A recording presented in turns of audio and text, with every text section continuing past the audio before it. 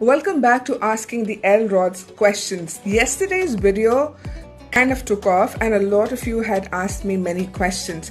So I'm going to get to as many as I can in this video. If I don't, then I will make another video with the remaining questions. So let's start by asking the L-Rods some questions by holding them at our heart level. Not too hard, okay? And then we're going to ask first, what is yes for you? Very good. Show me what is no for you, please. Okay. Now that we have established the yes or no, we're going to start with the questions. So I have Pratima asking me, will the earth last another 50 years? Because we've destroyed it so much. Will the earth last another 50 years? Okay, that's a definite yes, Pratima. So yes, the earth will last another 50 years.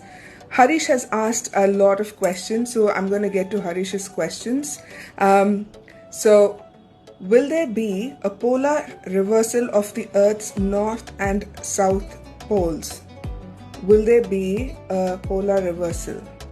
Yes, there will be. Okay. If this shift were to happen, will it happen before the year 2030? Okay. That's a yes for your question.